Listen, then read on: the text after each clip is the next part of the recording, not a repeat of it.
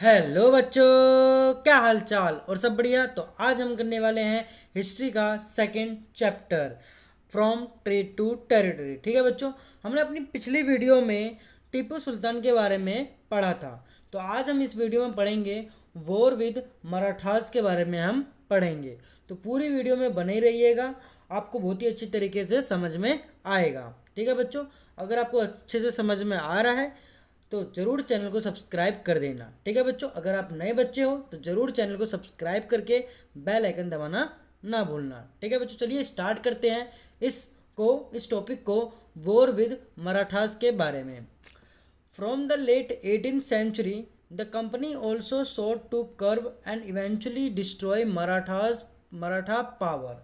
बच्चों इसमें लिखा हुआ है कि 18वीं शताब्दी मतलब 18th सेंचुरी, 18वीं शताब्दी के आखिर से कंपनी मराठों की ताकत को भी काबू और ख़त्म करने के बारे में सोचने लगी थी। कौन बच्चों? कंपनी सोचने लगी थी कि ये जो मराठा है उनके जो पावर्स हैं उसको ख़त्म कर दिया जाए, डिस्ट्रॉय कर दिया जाए। With their defeat in the third battle of Panipat in 1761 the Marathas dream of ruling from Delhi was shattered. यहाँ पर क्या लिखा हुआ है बच्चों? 1761 में पानीपत की तीसरी लड़ाई में हार के बाद दिल्ली से देश का शासन चलाने का मराठाओं का सपना चूर चूर हो गया था। ठीक है बच्चों, तो मराठास हार गई थी थर्ड बैटल ऑफ पानीपत में 1761 में। डेट ईयर्स इंपॉर्टेंट है, जरूर बच्चों याद जरूर कर लेना। ठीक है बच्चों, अगर याद नहीं होता तो कोई बात नहीं है। आगे बढ़ते हैं। They were divided into many states under different chief belonging to dynasty such as Scindia, Holkar, Gaekwad और एंड बॉन्सले। अब बच्चों इसमें लिखा हुआ है कि यहाँ पर लिखा हुआ है कि उन्हें कई राज्यों में बांट दिया गया। इन राज्यों की बागडोर सिंधिया, होलकर, गायकवाड़ और भोंसले जैसे अलग अलग राजवंशों के हाथों में थी। ठीक है बच्चों, the chief were held together in a confederacy under a Peshwa को ना principal minister who became its effective military and administrative head based in Pune. तो बच्चों यहाँ पर बोला गया है कि ये सारे जो सरदार एक पेशवा मतलब सर्वोच्च मंत्री, प्रिंसिपल मिनिस्टर मतलब सर्वोच्च मंत्री के अंतर्गत एक कन्फेडरेसी राजमंडल के सदस्य थे। ठीक है बच्चों, कन्फेडरेसी का मतलब मतलब जो होता है ना राजमंडल, जैसे कि गठबंधन, अलायंस, ये चीज होती है कॉन्फेडरेंसी। ठीक है बच्चों, तो इसके क्या थे? ये संगठन थे। आगे देखते हैं बच्चों। Mahadji Scindia and Nana Phadnavis were two famous Maratha soldiers and statesman of the late 18th century. बच्चों इसमें लिखा हुआ है कि जो ये पेशवा इस राज्यमंडल और सैनिक और प्रशासकीय प्रमुख होता था और पुणे में रहता था। यहाँ पर लिखा हुआ है कि हैड बेस्ड इन पुणे, तो वो कहाँ रहते थे बच्चों? पुणे में रहते थे। यहाँ पर लिखा है महादजी सिंधिया और नाना फडनीस 18वीं सदी के आखिर के दो प्रसिद्ध मराठा योद्धा और राजनीतिज्ञ थे। ठीक है बच्चों, आगे बढ़ते हैं। The Marathas were subdued in a series of Wars. बच्चों इसमें बोला गया है कि the Marathas were subdued in a series of Wars. एक के बाद एक कई युद्धों में कंपनी ने मराठों को घुटने टेकने पर मजबूर कर दिया था, एक के बाद एक। ठीक है बच्चों, in the first war that ended in 1782 with the treaty of Salbai there was no clear victor. तो बच्चों इसमें लिखा गया है कि पहला जो युद्ध था इन द फर्स्ट वॉर, पहला युद्ध 1782 में सालाबाई, कहाँ पर? सालाबाई संधि के साथ खत्म हुआ था। सालाबाई संधि के बाद ये क्या हुआ था बच्चों? युद्ध खत्म हो गया, ट्रीटी ऑफ सालाबाई। इंपॉर्टेंट लाइन है जरूर, हाँ, ट्रीटी ऑफ सालाबाई संधि के कारण यह युद्ध क्या हो गया था बच्चों? खत्म हो गया था। The second algo Maratha war 1803 to 5 was fought on different fronts, resulting in the British gaining Orissa and the territories north of the Yamuna river, including Agra and Delhi. अब इसमें क्या था बच्चों कि जिसमें कोई पक्ष नहीं जीत पाया था। अब इसमें क्या हुआ, दूसरा अंग्रेज मराठा युद्ध 1803 और 1805 में कई मोर्चों पर लड़ा गया। इस नतीजा ये हुआ कि उड़ीसा और यमुना के उत्तर में स्थित आगरा व दिल्ली सहित कई भूभाग अंग्रेजों के कब्जे में आ गया था ये। ठीक है बच्चों, कौन, यमुना रिवर इंक्लूडिंग आगरा भी और एंड दिल्ली भी। Finally the third Anglo Maratha war of 1817 and 19 crushed Marathas power. अब इसमें लिखा हुआ है कि अंततः मतलब 1817 और 1819 में 1817 और 1819 के तीसरे अंग्रेज मराठा युद्ध में मराठों की ताकत को पूरी तरह कुचल दिया गया। The Peshwa was removed and sent away to Bithur near Kanpur with a pension. The company now had complete control over the territories south of the Vindhyas. बच्चों यहाँ पर लिखा है कि पेशवा के पुणे से हटाकर कानपुर के पास बिटूर में पेंशन पर भेज दिया गया। अब विंध्य के दक्षिण में स्थित पूरे भूभाग पर कंपनी का ही नियंत्रण हो चुका था। जो पूरा साउथ था जो पूरा विंध्य के दक्षिण में वो पूरा जो कंट्रोल किसके हाथ में आ गया था बच्चों, कंपनी के हाथ में आ गया था। Complete control by company. ठीक है, तो आगे हम पढ़ते हैं इसके बारे में। द क्लेम टू पैरामाउंट सी। ठीक है बच्चों, इसके बारे में भी हम समझते हैं। इसका मतलब क्या होता है, सर्वोच्चता का दावा। इसका मतलब क्या है बच्चों, सर्वोच्चता का दावा। It is clear from the above that from the early 19th century the company pursued an aggressive policy of territorial expansion. इसमें लिखा हुआ है कि उपरोक्त विवरण से स्पष्ट है कि 19वीं सदी की शुरुआत से कंपनी क्षेत्रीय विस्तार की आक्रामक नीति पर चल रही थी। ठीक है बच्चों, under Lord Hastings governors general from 1813 to 1823 a new policy of paramountcy was initiated. बच्चों इसमें लिखा हुआ है कि यहाँ पर लिखा है अंडर लॉर्ड हेस्टिंग, मतलब कि लॉर्ड हेस्टिंग 1813 से 1823 तक गवर्नर जनरल थे के नेतृत्व में सर्वोच्चता की एक नई नीति शुरू की गई थी। किसकी बच्चों, सर्वोच्चता, मतलब पैरामाउंसी को हम क्या कहते हैं हिंदी में, सर्वोच्चता की। ठीक है, सर्वोच्चता कहते हैं। Now the company claim that its authority was paramount और supreme, hence its power was greater than that of Indian states. इसका मतलब क्या है बच्चों, कंपनी का दावा था कि उसकी सत्ता सर्वोच्च है, इसलिए वह भारतीय राज्यों से ऊपर है। भारतीय राज्यों से क्या है बच्चों, वो ऊपर है। In order to protect its interest it was justified in annexing or threatening to annex any Indian kingdom. This view continued to guide later British policies as well. इसका मतलब बच्चों यहाँ पर लिखा है कि अपने हितों की रक्षा के लिए वे भारतीय रियासतों का अधिग्रहण करने और उनको अधिग्रहण की धमकी देने का अधिकार अपने पास मानती थी, कंपनी मानती थी। ये सोच बाद में भी अंग्रेजों की नीतियों में दिखाई देती रही। ठीक है बच्चों, आगे पढ़ते हैं। This process however did not go unchallenged.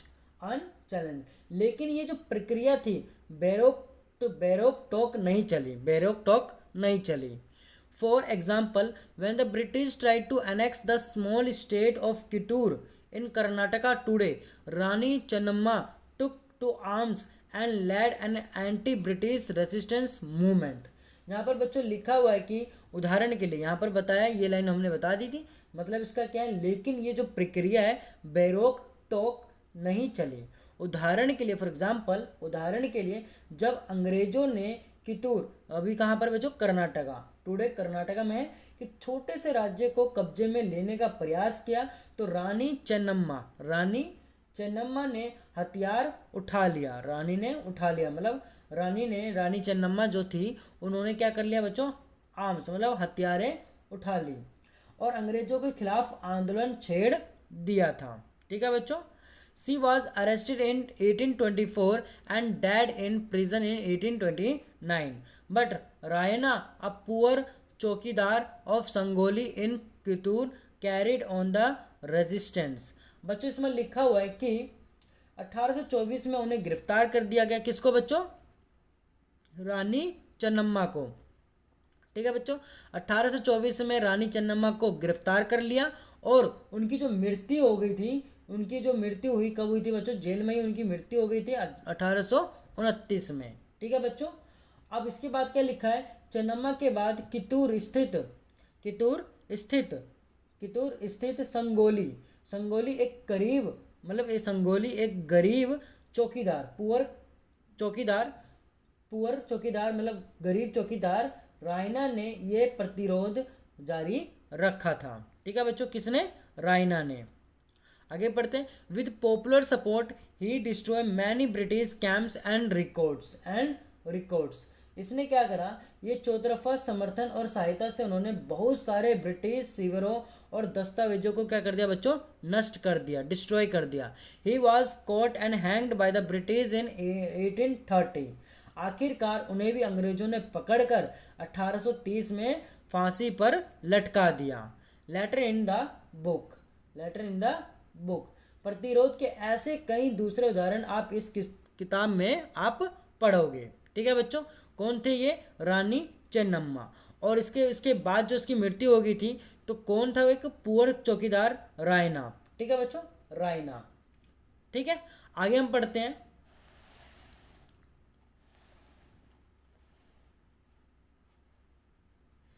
In the late 1830s, the East India Company became worried about Russia।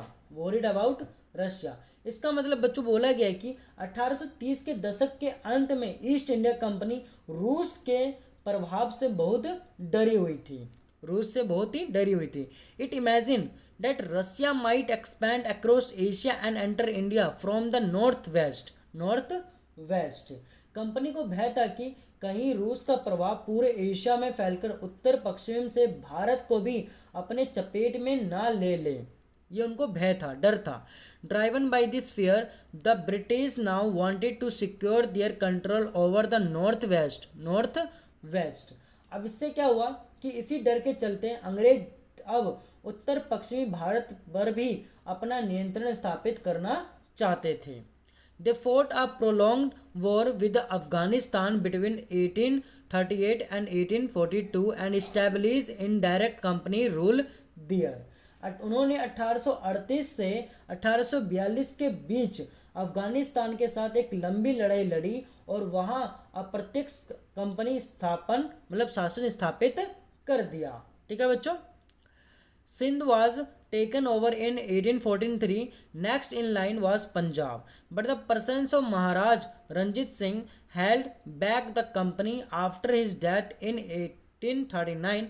Two prolonged wars were fought with the Sikh kingdoms. Ultimately, in 1849, Punjab was annexed। तो बच्चों इसमें बोला गया कि 1843 में 1843 में सिंध भी कब्जे में आ गया था। इसके बाद पंजाब की बारी थी। यहाँ महाराज रणजीत